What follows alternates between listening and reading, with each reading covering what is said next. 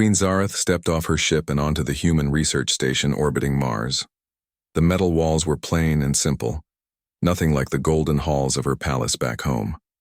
She wore her royal robes, but here they seemed too fancy. The humans around her looked nervous. "Welcome, Your Majesty," said Commander Lisa Brown, the station chief. "We are honored by your visit." Zareth nodded politely. She had come here to learn about human technology. Her empire needed new allies, and Earth seemed promising. But most humans she met tried too hard to impress her. They showed off their weapons and talked loudly about their victories. As they walked through the station, a man in simple work clothes was fixing a broken air filter. He was tall with dark hair and calm brown eyes. He glanced up when they passed, then went back to his work without saying anything. "Who is that?" Zareth asked. "Oh, that's just Jake Martinez," Commander Brown said. "He keeps our systems running. Very good at his job, but quiet." Something about Jake caught her attention. While other humans either stared at her or avoided looking at her completely, he had simply nodded and returned to his work. No fear, no excitement, just quiet respect. Later that day, Zareth was touring the engine room when alarms started going off. Red lights flashed everywhere. The humans ran around looking worried. "What's happening?" she asked. "Power failure in Section 7, someone shouted. "If we can't fix it in 10 minutes, we'll lose life support." Jake appeared from behind a large machine, tools in his hands. He moved quickly but calmly, checking different panels. Other workers followed his lead without question. In 8 minutes, the alarm stopped. The lights returned to normal. "How did you know what to do?" Zareth asked him. Jake wiped his hands on a cloth. "Systems are like puzzles," he said with a small smile. "You just have to find which piece is missing." His voice was gentle, not trying to sound important. Most people became nervous when she spoke to them directly. Jake just answered her question like she was anyone else. Over the next 3 days of her visit, Zareth found herself watching Jake work. He fixed things other people couldn't figure out. He helped younger workers learn their jobs. When someone made a mistake, he didn't get angry. He just showed them the right way. On her last day, she found him in the observation deck during his break. He was drinking something from a small cup and looking out at Mars. "What is that?" she asked, pointing to his cup. "Coffee," he said. "Want to try some?" No one had ever offered to share their food with her before. Royal protocol said she should only eat food prepared by her own chefs, but something made her say yes. The coffee was bitter and strange, but somehow pleasant. Jake told her how humans grew coffee beans on Earth, how they roasted them and ground them up. He made it sound like magic, not just a simple drink. "Why do you work here?" she asked. "You could probably do more important jobs." Jake was quiet for a moment. "I like fixing things," he said. "When something is broken and you make it work again, that feels good. Simple work, but useful work." Zareth had never heard anyone talk about work that way. In her world, people wanted power and status. They wanted to be noticed and praised. Jake seemed happy just making things better. When her ship prepared to leave, Jake came to say goodbye.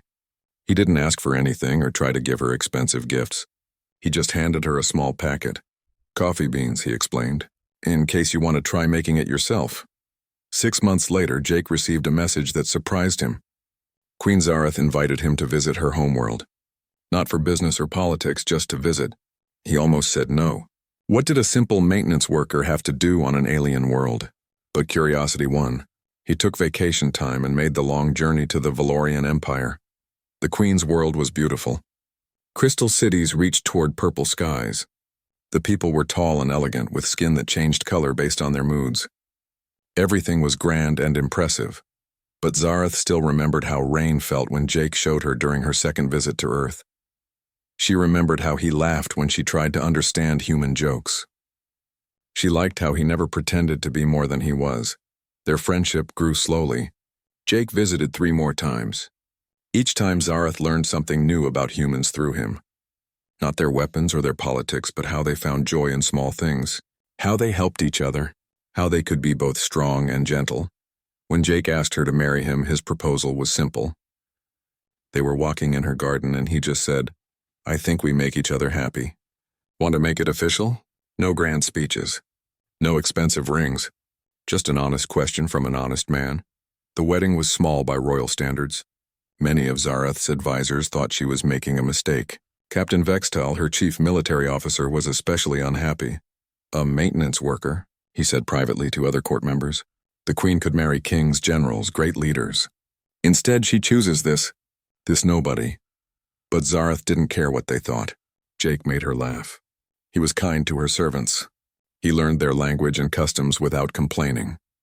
When she had bad days, he didn't try to fix her problems. He just sat with her and listened. Jake moved to the palace and took a job maintaining the environmental systems. It was work he understood, and it kept him busy while Zareth handled royal duties. The palace staff liked him. He fixed their equipment and never acted like he was better than them. The court nobles were polite to his face but whispered behind his back. They called him soft. They said humans were weak. Some even suggested that Zareth's feelings would change once she saw how different they really were. Jake heard the whispers but didn't seem bothered. He just kept doing his work, taking care of his wife and learning about his new home. He even planted a small earth garden in one corner of the palace grounds, growing tomatoes and beans that reminded him of home. At night, he and Zareth would sit together and drink coffee. She would tell him about the challenges of ruling an empire. He would tell her about the interesting problems he solved that day. They were happy in their simple way, even as the galaxy around them grew more dangerous. 6 months had passed since Jake Martinez moved to the Valorian Palace. Every morning, he woke up in rooms that still felt too big and fancy for a simple maintenance man. But he was getting used to his new life. Jake learned fast. The Valorian technology was different from human machines, but the basic ideas were the same. Energy flowed through circuits. Pressure moved through pipes. Things that got hot needed cooling. Within a few weeks, he understood the palace systems better than workers who had been there for years. "How did you fix the water recycler so quickly?" asked Nix, a young Valorian technician. The machine had been broken for 3 days before Jake looked at it. "Same problem different machines have," Jake said, checking his work. "The filter got clogged. Just had to find where and clean it out." But it wasn't that simple, and Nix knew it. The water recycler was connected to 12 different systems. Most people needed hours just to figure out which part was broken. Jake had found the problem in 20 minutes. Word spread among the palace staff. When something broke, they started asking for Jake instead of calling the usual repair teams. He never said no, and he always fixed things faster than expected. Queen Zareth noticed these changes. She saw how her servants smiled more when Jake was around. She heard them talking about the clever human who solved problems no one else could handle. One evening, she found Jake in the main computer room studying displays covered in alien writing. "Learning our language?" she asked. "Learning your systems," Jake replied. "The computer network here is interesting. Very advanced, but it has some weak spots." Zareth looked at the screens. Even she didn't understand most of what they showed. "What kind of weak spots?" Jake pointed to several displays. "Your security system is strong against outside attacks, but if someone got inside the palace, they could access almost everything from these terminals. Also, your communication array could be jammed pretty easily." He spoke calmly, like he was talking about the weather. But what he said made Zareth think. How did a maintenance worker notice security problems that her experts missed? "Maybe you should tell Captain Vextal about this," she suggested. Jake shrugged. "I mentioned it to him last week. He said humans don't understand Valorian technology well enough to see real problems." Captain Vextal was Zareth's chief military advisor. He was a proud warrior who had won many battles. He also made it clear that he didn't think much of her human husband. The next day, Zareth brought up Jake's concerns during a security meeting. "The human thinks our defenses are weak?" Vextal laughed. "Your Majesty, with respect, your husband fixes air filters and water pipes. Our security systems were designed by the Empire's best engineers." "But what if he's right?" Zareth asked. Vextal's skin turned dark red, which meant he was getting angry. "A maintenance worker from a primitive world cannot understand advanced Valorian military technology. His suggestions would probably make us less safe, not more." Jake was not invited to security meetings, so he didn't hear this conversation. But Zareth watched him more carefully after that. She noticed how he moved through the palace like he understood it completely. She saw him talking quietly with guards and servants, learning their routines and problems. When the main power generator started making strange noises, Jake spent a whole day studying it. The palace engineers said it was normal wear and needed expensive replacement parts that would take months to get. Jake disagreed. "The generator is fine," he told Zareth, "but the cooling system isn't working right. If we don't fix it soon, the generator will overheat and shut down."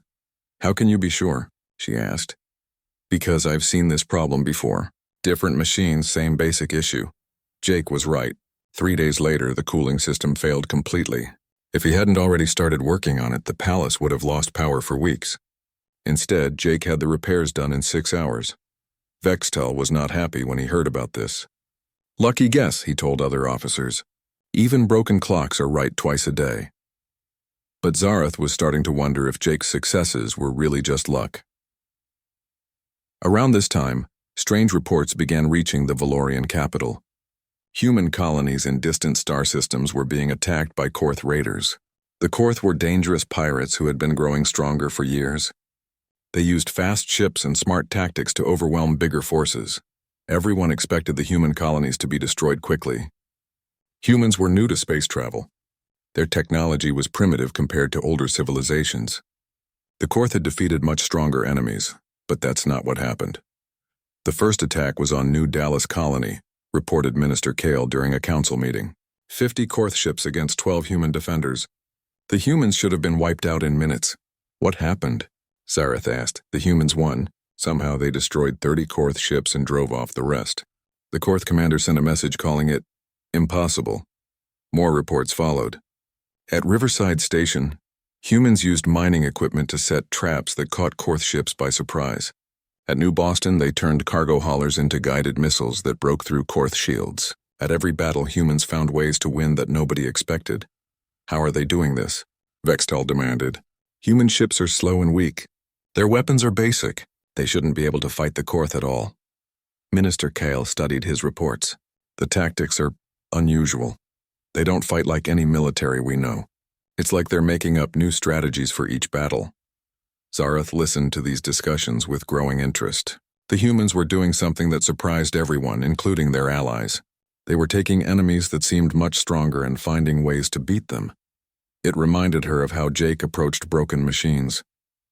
He didn't use standard repair methods. He looked at each problem differently and found solutions that worked better than expected approaches. That evening, she asked Jake if he knew about the human victories against the Korth. I've heard some things, he said carefully. Humans are good at adapting to new situations. Is that all? She pressed. Jake was quiet for a long moment. Humans don't like to give up, he finally said. When something seems impossible, we try to find another way. There was something in his voice that made Zareth think he knew more than he was saying. But Jake changed the subject, asking about her day and listening while she talked about palace politics. Late that night, Zareth couldn't sleep. She kept thinking about the Korth defeats and Jake's quiet confidence. She thought about how quickly he learned their technology and how he saw problems that experts missed. Most of all, she thought about the way other humans acted around him during her visits to Earth. She had assumed they respected him because he was good at his job. But looking back, there had been something else. The way Commander Brown introduced him, the way other workers followed his lead during emergencies. Jake Martinez was clearly more than just a maintenance worker. But what exactly was he? And why did he seem so determined to hide it? The next morning brought news that made everyone in the palace nervous. Korth scouts had been spotted near Valorian space. The raiders were expanding their attacks, looking for new targets. They're testing our defenses, Vextel told the Queen. Sooner or later, they'll try to attack one of our worlds. Are we ready? Zareth asked.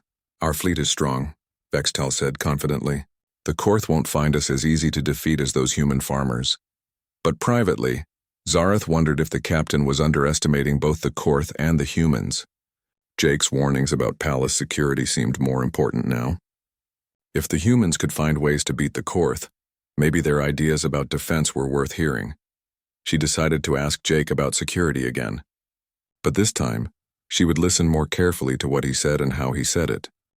The attack came at dawn.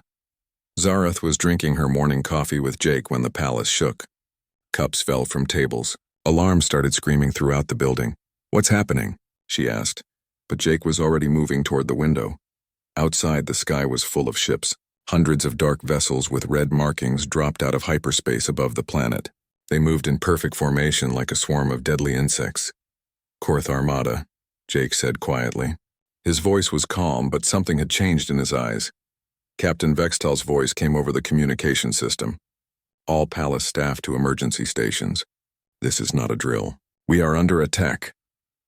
The palace shook again as the first energy blasts hit the planetary shields. Through the windows, Zareth could see the barriers of light that protected their world flickering under the assault. "The shields are holding," she said, trying to sound confident. Jake didn't answer. He was studying the enemy formation with an intensity she had never seen before. His relaxed posture was gone. Now he stood like a soldier. More explosions rocked the palace. Emergency lights flashed red. Servants ran through the halls, some panicking, others trying to do their jobs despite the chaos. "Your Majesty," a guard appeared in their doorway. "Captain Vextal requests your presence in the command center." Zareth nodded and started to follow the guard. Behind her, Jake moved to come along. "Sir, the command center is restricted during battle," the guard said politely but firmly. "He's my husband," Zareth said. "He comes with me." The command center was chaos. Officers shouted reports over the noise of alarms. Display screens showed enemy positions and defensive status. Captain Vextal stood in the middle of it all, trying to coordinate their response. "Report," Zareth demanded. 800 Korth ships, Vextal said without looking away from his displays. "They're jamming our communications with the fleet. Our orbital defenses are taking heavy damage." On the main screen, Zareth could see the battle. Valorian ships fought bravely, but they were outnumbered 4-1. The enemy vessels were faster and more maneuverable than expected. "How long can the planetary shields hold?" she asked. "At this rate? Maybe 6 hours," an officer reported. "The Korth are using some kind of new weapon. It's draining shield power faster than we can restore it." Jake had been standing quietly in the back watching everything. Now he stepped forward and studied the tactical displays. "You're fighting them wrong," he said simply. Every officer in the room turned to stare at him. Captain Vextal's skin flushed dark red with anger. "Excuse me?" Vextal said. "Your ships are trying to match their formation," Jake continued, pointing at the display. "That's what they expect. That's what they're designed to beat. And I suppose you have a better idea?" Vextal's voice was full of sarcasm. "Yes," Jake said. He walked to the main control panel. "Stop right there," Vextal ordered. "You have no authority in this command center." Jake looked at Zareth. For a moment, she saw something in his eyes that made her breath catch. It wasn't the gentle maintenance worker she had married. This was someone else entirely. "Let him try," she said. "Your Majesty." "This is, let him try," she repeated, using her royal voice that allowed no argument. Jake nodded and moved to the control panel. His fingers flew over the alien controls like he had been using them his whole life. Codes appeared on screens that Zareth had never seen before. "How do you know those access codes?" an officer whispered. Jake didn't answer. Instead, he activated systems that had been sleeping for centuries. Hidden weapon arrays emerged from mountains around the planet. Shield generators that no one remembered existed came online. The palace itself revealed defensive capabilities that even Vextal didn't know about. "Impossible," Vextal breathed. "Those systems were lost during the last Great War. The access codes were destroyed." "No," Jake said calmly. "They were just well hidden." The tactical situation changed instantly. The planetary shields stopped flickering and became solid barriers of energy. New weapons began targeting the Korth ships with deadly accuracy. But Jake wasn't finished. "Open a channel to all Valorian ships," he ordered. "Sir, the Korth are jamming. They're jamming your regular frequencies. Use emergency protocol 77 Alpha." The communications officer looked confused. "I don't know that protocol." Jake moved to the communications station and input commands himself. Suddenly the static cleared. They could hear their fleet commanders again. "All ships, this is Palace Command," Jake said into the microphone. His voice was completely different now, clear, strong, and absolutely confident. "Break formation and implement scatter pattern Delta. Ignore the main fleet and target their support vessels." "Who is this?" came a voice from one of the fleet commanders. "Captain Vextal, is that you?" Vextal was staring at Jake in shock. He seemed unable to speak. "This is Admiral Martinez," Jake said calmly. "Execute scatter pattern Delta immediately." "Admiral?" Zareth felt like the floor had disappeared beneath her feet. The Valorian ships broke formation and scattered in all directions. It looked like they were retreating. The Korth commanders probably thought they had won. They were wrong. "Support vessels are the key," Jake explained to the command center while coordinating the battle. "The Korth use fast attack ships, but those ships have limited fuel and ammunition. They depend on slower support vessels to keep them fighting." As Zareth watched, The scattered Valorian ships suddenly turned and attacked the Korth supply lines. The enemy had expected a straight fight between battle fleets. They weren't prepared for attacks on their logistics. Unknown ships approaching from Sector 7, an officer reported. On the display, new vessels appeared. They were clearly human designs, but bigger and more advanced than anything Zareth had seen before. Earth Fleet Task Force Charlie, Jake said into the microphone. You're right on time. Roger, Palace Command. Admiral Martinez, good to hear your voice again. Again? Zareth's head was spinning. How many secrets had her husband been keeping? The human ships moved like dancers. They didn't have the raw power of Valorian vessels, but they used tactics that confused the enemy. They fought in small groups, hitting targets and disappearing before the Korth could respond. Focus fire on the command ships, Jake ordered. Big ones with the extra antenna arrays. How do you know which ships are command vessels? Fextel finally found his voice. Because I've fought the Korth before, Jake answered without taking his eyes off the displays. The battle turned quickly after that. Without their supply ships and with their command structure disrupted, the Korth formation fell apart. Their fast attack ships ran out of ammunition. Their coordination broke down. Sir, the enemy is retreating, an officer reported. Let them go, Jake said. We've made our point. As the last Korth ships disappeared into hyperspace, the command center fell silent except for the hum of machinery. Everyone was staring at Jake, who calmly shut down the special systems he had activated. Palace defenses are secure, he announced, all hidden systems returning to standby mode. Then he turned to face his wife. The intensity was fading from his eyes, replaced by something that looked almost like shame. Zareth, he began. Don't, she said, holding up her hand. Her voice shook with emotion she couldn't identify. Not here. Not now. Jake nodded and stepped back from the control panels. Just like that, he seemed to shrink back into the quiet maintenance worker everyone thought they knew.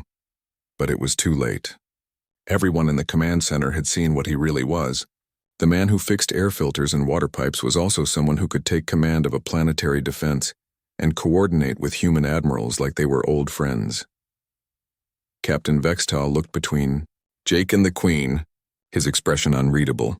Your Majesty, he said carefully, I think we need to have a very long conversation about exactly who your husband really is. Outside the windows, the sky was clear again. The immediate danger was over. But for Zareth, everything had changed in the space of an hour. She had married a humble maintenance worker. But the man who had just saved her world was someone else entirely. The question now was, which one was the real Jake Martinez? And more importantly, how much of their marriage had been built on lies?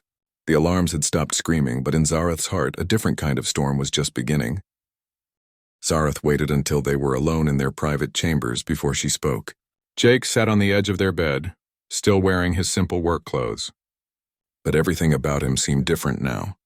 The way he held himself, the way his eyes moved around the room, even the way he breathed. So, she said, trying to keep her voice steady, Admiral Martinez. Jake winced like she had hit him. Zareth, I can explain. Can you? Because right now I don't know who I'm married to. For a long moment, neither of them spoke. Outside their window, repair crews were already working to fix the damage from the battle. Life was returning to normal, but nothing felt normal anymore. My full name is Jacob David Martinez, Jake began slowly. I was an admiral in the Human Defense Fleet for 15 years. I commanded the Special Operations Division during the Centauri campaign. Zareth had heard of the Centauri campaign. It was famous throughout the galaxy as one of the most brilliant military victories in recent history. A small human force had defeated a much larger enemy through tactics no one had ever seen before. You were the commander, she said. It wasn't a question. Yes, after Centauri I retired. I was tired of war, tired of making decisions that got good people killed. I wanted to do something useful with my hands instead of my mind. So you became a maintenance worker. I became a maintenance worker, Jake confirmed. And I was happy doing that work. Really happy. For the first time in years, I slept well at night. Zareth paced across their room. Her royal robes rustled with each step. But you lied to me. I never lied to you, Jake said firmly. I really am a maintenance engineer. That's what I chose to be after I left the military. Everything I told you about myself was true. Everything except the part where you used to command fleets and fight wars. Jake was quiet for a moment. I didn't think it mattered. That was my old life. I left it behind. It mattered when the Korth attacked, Zareth pointed out. It mattered when you knew exactly how to activate defense systems that our own military had forgotten about. I studied your palace systems when I moved here. Old habits, I guess. I wanted to understand my new home. Zareth stopped pacing and stared at him. You studied our most classified military secrets? Your security isn't as good as Captain Vexital thinks it is, Jake said with a small smile. And humans are good at finding information. The smile made her even angrier. How could he joke about this? What else haven't you told me? She demanded. Are there human spies in my palace? Is our marriage just part of some military operation? Jake's face went completely serious. No, our marriage is real, Zareth. Everything between us is real. How can I believe that? How can I believe anything you say now? Jake stood up and moved toward her, but stopped when she stepped back. Because you know me, he said quietly. You've lived with me for 6 months. You've seen how I act when no one is watching. You know what kind of person I am? I thought I did. But the man I married doesn't know how to coordinate fleet battles. He doesn't have access codes to secret weapon systems. He doesn't talk to Earth admirals like old friends. The man you married can do all those things, Jake said, but he chooses not to. There's a difference. A knock on their door interrupted the argument. Captain Vextal's voice came through the thick metal. Your Majesty, we need to discuss security arrangements. Zareth looked at Jake, then walked to the door and opened it. Vextal stood in the hallway with 2 guards and a serious expression. Captain, she said, Your Majesty, I must insist that your husband be questioned about his true loyalties. We cannot have an enemy agent with access to palace systems. He just saved our planet, Zareth pointed out. That could be part of a longer strategy. Human intelligence operations are very sophisticated. Jake appeared behind Zareth. Captain Vexital is right to be suspicious, he said calmly, but I'm not a spy. Then explain how you knew those access codes, Vextal demanded. Because Earth intelligence gave them to me, Jake answered simply. Both Vextal and Zareth stared at him. 3 months ago, our network detected Korth buildup in this sector, Jake continued. Command asked me to make sure the Valorian homeworld could defend itself if necessary. You've been spying on us for months? Zareth's voice was barely above a whisper. I've been watching over you, Jake corrected. There's a difference. Is there? Jake met her eyes. I was already living here. I was already married to you. When Earth asked for my help, I said yes because I wanted to protect my new home. Not because I was ordered to, but because I chose to. Captain Vextal stepped forward.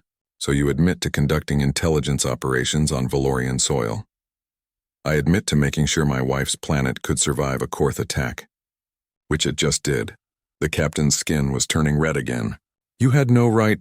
I had every right, Jake interrupted, and suddenly his voice carried the authority of command again. The Korth Armada was coming here whether I helped or not. The only question was whether you'd be ready for them. How did you know they were coming? Zareth asked. Because I've been tracking their movements for 2 years. The Korth don't attack randomly. They test defenses, gather intelligence, then strike when they think they can win easily. Jake turned to Vextal. Your military is brave and well-trained, Captain. But you were preparing to fight the last war, not this one. The Korth have evolved their tactics. Without those defensive upgrades, your shields would have failed in 2 hours instead of 6. And I suppose we should thank you for this unauthorized help, Vextal said sarcastically. You should thank the maintenance workers who installed the new shield generators over the past 3 months, Jake replied. They thought they were just replacing old equipment. They didn't know they were upgrading the entire planetary defense grid. Zareth felt like her world was spinning. You've been modifying our defenses for months? Small improvements. Better power routing. Upgraded communication arrays, redundant backup systems. Nothing that would show up on routine inspections. Without permission, Vextal added. Without bothering busy people with technical details they wouldn't understand anyway. Jake countered. The 2 men stared at each other for a moment. Then Vextal turned to Zareth. Your Majesty, this man has violated our security, modified our systems without authorization, and conducted intelligence operations on our soil. He should be arrested. He also saved our planet, Zareth reminded him. This time. But what about next time? How do we know we can trust him? Because, Jake said quietly, I gave up my command, my rank, and my career to come live here. Because I chose to step down from being an admiral to become a maintenance worker. Because I could have stayed on Earth and lived like a hero, but instead I came here to fix air filters and grow tomatoes. Why? Zareth asked. The question came out as barely a whisper. Jake looked at her with the same gentle expression she remembered from their first meeting. Because I found something here worth more than command of a fleet. I found someone who liked me for who I chose to be, not who I used to be. The hallway fell silent.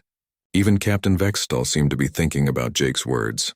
The irony, Jake continued, is that by trying to leave my old life behind, I ended up having to use it to protect my new one. News of the palace's mysterious defender spread quickly through the capital. By evening, everyone knew that the quiet human who fixed their machines was actually a famous military leader. Some people called him a hero. Others whispered about human spies and secret plots. Jake ignored all of it.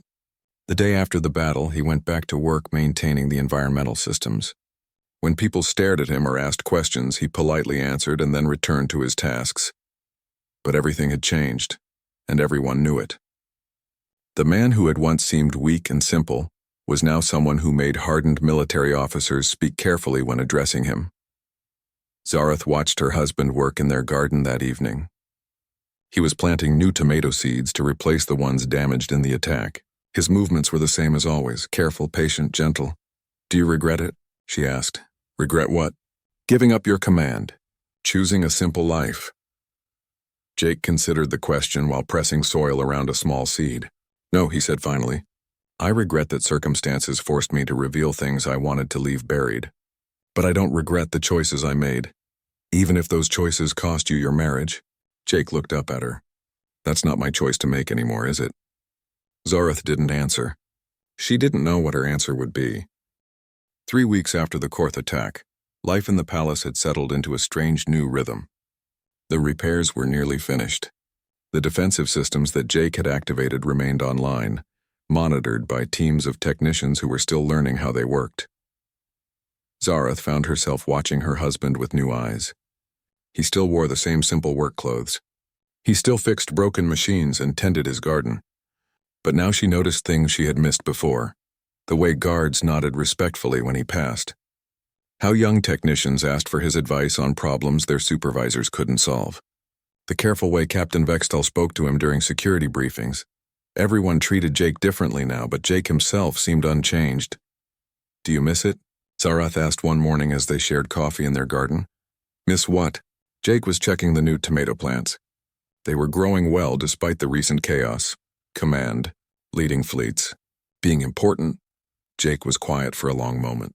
"I was never important," he said finally. "The ships were important. The people flying them were important. I just told them where to go." "That's not how Captain Vexatal describes it. He's been reading reports about your campaigns. He says you revolutionized space combat." "I just applied human thinking to alien problems," Jake said, moving to water the beans. "Humans are good at finding new ways to do old things." This was what confused Zareth most. Jake talked about his military achievements like they were simple mechanical repairs. No pride, no ego, just quiet acknowledgement of work done. "The Council wants to offer you a position," she told him. "Admiral of the Combined Defense Forces. You'd command both Valorian and human ships." Jake paused in his watering. "What did you tell them?" "I said I'd ask you. But I think I already know your answer." "Do you?" Zareth studied his face. A month ago she would have been sure he'd say no. Now she wasn't certain about anything. "I think," she said slowly, "you'll say yes if you think it's necessary to protect people. But you'll say no if it's just about having power." Jake smiled. It was the first real smile she'd seen from him since the battle. "You do know me, so which is it?" "Both," Jake said. "And neither." Before Zareth could ask what he meant, Minister Kale appeared at the garden entrance. "Your Majesty, Admiral Martinez," he said formally. "The Defense Council is ready for your presentation." Jake set down his watering can and wiped his hands on a cloth. "Right on time." In the council chamber, military officers from 3 different species sat around a large table. The main display showed star maps and fleet positions. Everyone looked serious and important.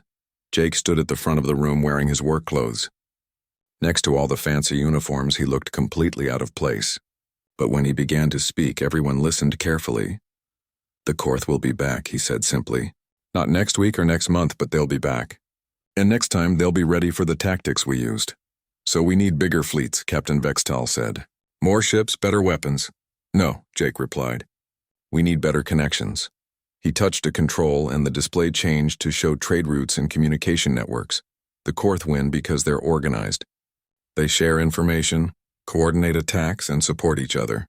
Meanwhile, most of us prepare to defend our own worlds and hope someone else's problems stay far away. What are you suggesting? Asked Admiral Chen, the human fleet commander. Mutual aid networks, Jake said. Instead of each world having its own defense force, we create connected systems. When the Korth attack one planet, they face the combined fleets of 10 planets. The room buzzed with discussion. The idea wasn't entirely new, but the way Jake presented it made it seem practical instead of impossible. How do we coordinate between so many different military systems? An officer asked. The same way we coordinate trade routes and communication networks, Jake answered. Standard protocols, shared training, and people who know how to work together. And who would command these combined forces? Vextal asked. Everyone and no one, Jake said. Local commanders handle local problems. Regional coordinators manage larger threats. Only the biggest dangers require fleet-level command. It was, Zareth realized, a very human solution. Instead of building one big army, Jake wanted to create a network that could become big when needed but stay small and flexible most of the time. It would take years to set up, Minister Kale pointed out.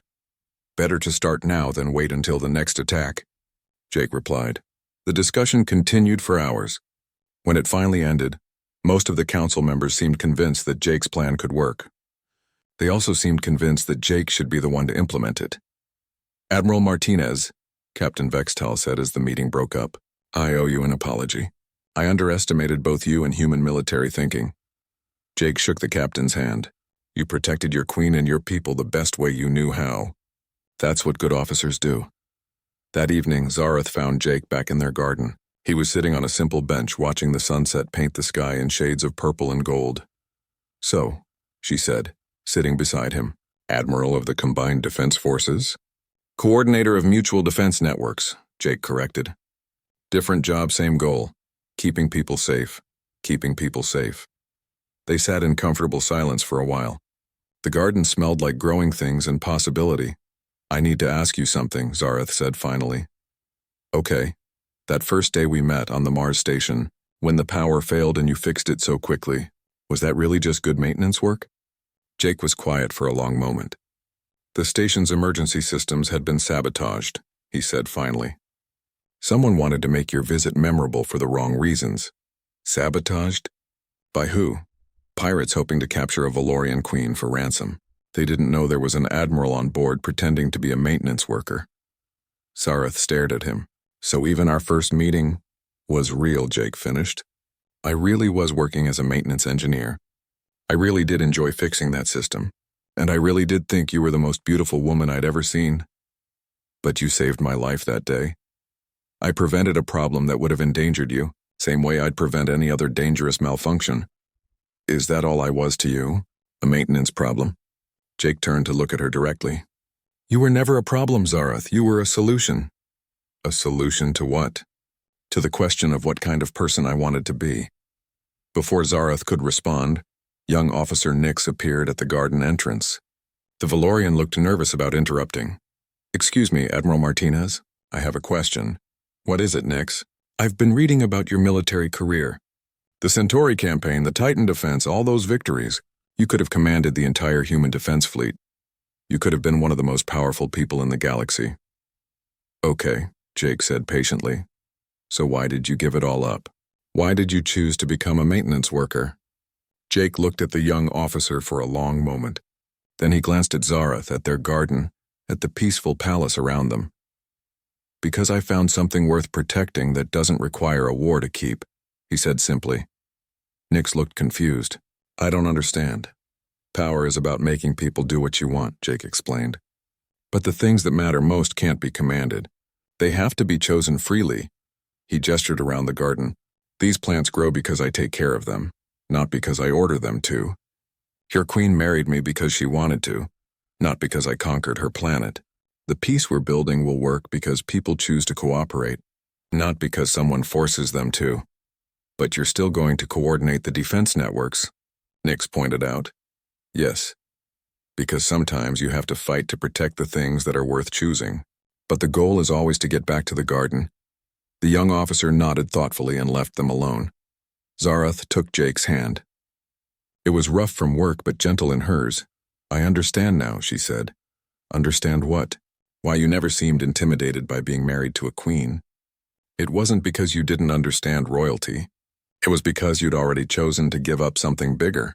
Jake squeezed her hand. I chose to give up command so I could choose everything else freely. As the stars appeared in the darkening sky, Zarath realized that her husband had never been weak or simple. He had been something much rarer, someone strong enough to choose gentleness, powerful enough to choose peace, and confident enough to choose love over glory. The man who could coordinate the defense of a dozen worlds was the same man who carefully watered tomato plants every morning. Both were acts of protection, just on different scales. I love you, Jake Martinez, she said. Admiral, maintenance worker, and everything in between. I love you too, Your Majesty, he replied. Queen, friend, and everything that matters. Above them, human and Valorian ships patrolled together in the night sky, the beginning of something new and hopeful. But in their small garden, two people who had found each other across the vast darkness of space sat quietly together, tending the growing things that would make tomorrow better than today. The galaxy was full of threats and challenges, but here, in this moment, all was well. And that, Jake had learned, was worth more than commanding all the fleets in human space.